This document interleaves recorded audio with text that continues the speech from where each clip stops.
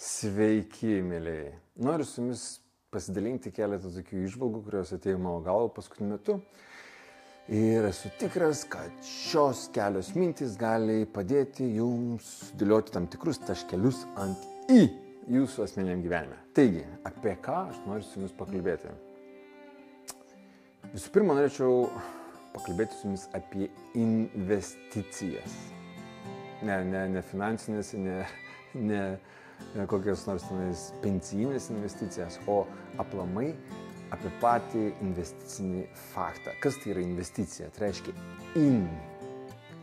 Kai mes skiriame kažką tai, investuojame, kai mes skiriame tam tikrą energijos ar pinigų dalį, srautą link kažko, kas mums turėtų atnešti kažkokią tai vertę ateityje.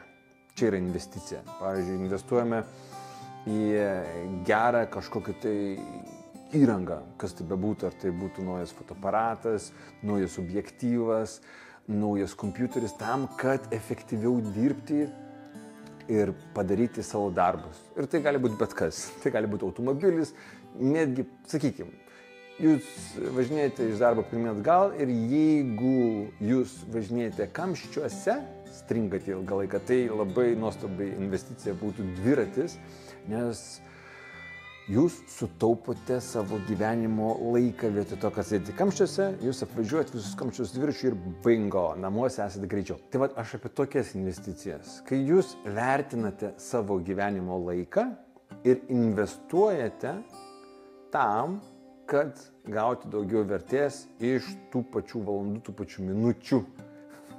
Ir aišku, kai kurie žmonės sako, jo, bet sėdėdamas automobilyje aš klausausi podcastus, klausausi audio knygų ir visa tai yra ok. Bet jeigu iš tikrųjų grįžti namo pas savo artimuosius, pas savo mylimuosius, jūs galite investuoti į santykius, tai važinėjimas su dviračiu yra nuostabus sprendimas ir tai yra investicija vien tik tais į jūsų šeimą ir santykius, bet ir į sveikatą. Taigi, labai yra svarbu peržvelgti savo gyvenimo srautus, energijos, laiko, kurį mes skiriame vieniems arba kitiems dalykams, tam, kad suteikti tam laikui vertės daugiau to. Nes kamštis yra kamštis, o buvimas su artimais, su mylimais žmonėmis yra daug smagesnis. Tiesa? Kitas dalykas, ką norėčiau pakviesti jūs investuoti, tai irgi yra investicija, tai yra žinios apie nesmurtinę komunikaciją. Ir NVC, kitaip sakom, arba non-violent communication, angliškai, dėl ko ir kai kurie žmonės to sako NVC. Ir kai kurie žmonės tiesiog, oi, nereikia, man čia tos nesmurtinės komunikacijos vis tokie jautrus yra ir visi tai bijo griežto žodžio arba ten paprasto žodžio, nes iškart įsiskaudina, tenais dar visokių keistų dalykų su jais nutinka. Nesmurtinė komunikacija yra ne apie tai. Nesmurtinė komunikacija yra apie jūs ir jūsų asmeninė investicija. Jūs, pavyzdžiui, galite turėti gilesnį tarpusavio supratimą. Jūs galite turėti geresnį ryšį, jūs galite turėti daugiau partnerių, daugiau sąjungininkų savo tiksluose, bet to, kad turėti kažkokius tai nesusipratimus. Taip? Ir nesmurtinė komunikacija yra visiškai ne apie ką jūs ištransliuojate, o apie tai, ką žmonės aplink jums sako. Taip? Jūs einate, ar tai darbe, ar tai namuose, ar tai kur bebūtumėte, jūs komunikuojate su žmonėm.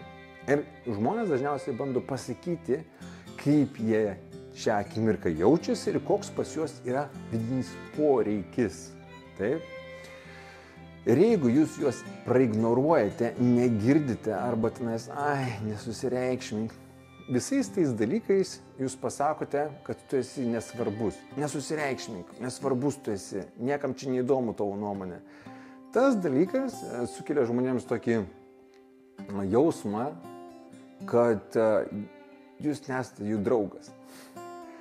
Ir tada neįvyksta tas toksai gražus ryšys ir tai netgi gali baigtis ir konfliktu. Ir aš esu įsitikinęs, kad jūs tikrai to nenorite. Nes konfliktai ir nesusipratimai, jie suvalgo be galo daug energijos ir be galo daug gyvenimo džiaugsmo atima. Ir pats nuostabiausias jausmas yra suprasti visus, su visais rasti bendrą kalbą ir eiti per gyvenimą su šypsena, kadangi viskas vyksta labai gerai ir lengvai. Nepergyvenkit, bus sudėtingų situacijų, bus sunkių situacijų ir būtent nesmurtinė komunikacija jums padės tas situacijas apminkštinti ir padaryti jas daug labiau skaniau sprendžiamas. Ir taip jūs savo padarysite lengvesnį gyvenimo kelią. Jūs savo palengvinsite savo kasdienybę. Tai iš tikrųjų nesmurtinė komunikacija yra apie tai, kaip mes galime išvengti daug nereikalingų sunkumų. Ir ypač artimoje aplinkoje. Kai mes visi turime kažkokių tai poreikių ir jeigu poreikis toksai neegzistuoja kaip aš noriu su visais sutarti, aš noriu visus išgirsti, aš noriu su visais kalbėti jiems suprantama kalba. Aš noriu žinoti, kokios jų vertybės, kad naudoti tuos pačius vertybinius žodžius ir savokas, kad su jais komunikuoti ir tokiu būdu išreikšti savo vertybės, savo poreikius ir savo norus. Tai vat, nesmurtinė komunikacija yra tas toksai, kaip čia įvardinus, atskiedėjas, sudėtingų situacijų atskiedėjas.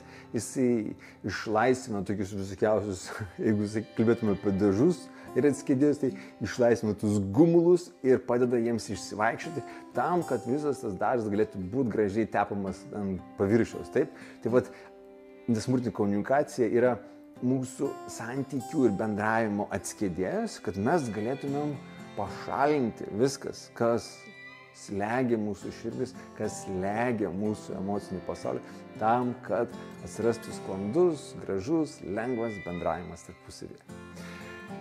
Ir nesmurtinė komunikacija yra nuostabi tuo, kad kai žmogus ateina ir mums kažką tai sako, mes išmokstame nepriimti to dalyko asmeniškai savo.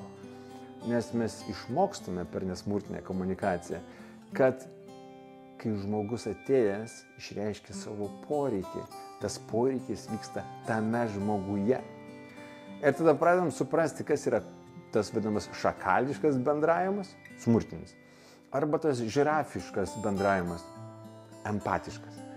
Kai mes pradedame suprasti ir jausti skirtumą, mes pradedame žinoti, kas yra kas.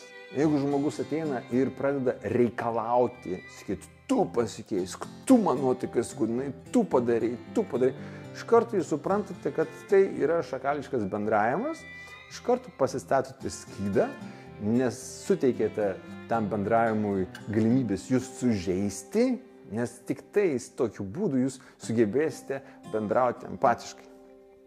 Jūs suprantate, kad tas žmogus kalba tik tai šakalų kalba ir jūs statote skydą ir pabandote įsiklausyti tą žmogų, ką jisai sako.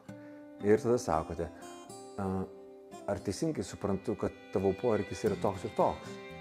Ar teisingai suprantu, kad dabar tu jautiesi taip ir taip? Ar teisingai suprantu, kad man pasirodė, kad vyksta tokia nesusikalbėjimas, nesusipratimas? Nes tai, ką tu man sakai, yra ne visiškai taip. Manyčiau, pagal mane, tai gal galime rasti bendrą suvokimą. Bendrą kalbą, kurią kalbėdami mes galėtume viens kitą suprasti. Ir jaučiate, kaip iš karto tirpsta ledai ir atsiranda komunikacija. Ir realiai, jeigu mes visi kalbėtumėm tą pačią vertybių kalbą, tai karų ir konfliktų būtų daug mažiau šitam pasaulyje. Ir paskutinė įžvalga, ką norėčiau pasakyti jums, tai yra apie nesmurtinę komunikaciją su vienu labai svarbiu asmeniu. Su savimi. Kai jums kažkas nepasisekė, kai jūs pakėlėte balsą, urgztelėjote, arba ten kažkam tai pasakėte kažką tai šakališką kalbą, būkite geri, nepradėkite savęs nuplakinėti už tai ir sakydami, fu, koks susimovėlis arba susimovėlė. tiesiog supraskite, kad turite kur padirbėti. Ir sekantį kartą tas visas kartelis, tas, tarytum, kaltės jausmas jums bus kaip indikatorius, kuris sakys jums, kai jūs vėl pradėsite padėlį, sakys, ei, man atrodo, tu nenori jaustis kaip praeitą kartą jautėsi, ne? Pameni? Tau tai nepatiko? Nepatiko. Todėl dabar pasirink savo žodžius, pasirink savo būdą, kaip šnekėti, kad nebepapulti į tą visą nesmagę savijautą, kurioje tu buvai praeitą kartą, kai parodai savo iltis, tenais apkandžiojai kažką, tai savo priekaištais ir visokiais kitokiais dalykais. Ir tas vadinamas susimovimas arba klaida jums padės išvengti klaidų ateityje.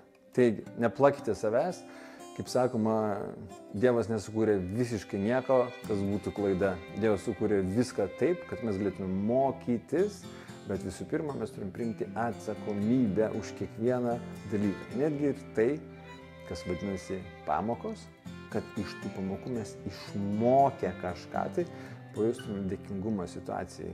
Ir aišku, dėkingumą visiems tiems, kurie pakenčia mūsų irzelį, kurie pakenčia mūsų blogas nuotaikas ir visus kitus mūsų šakališkus triukus.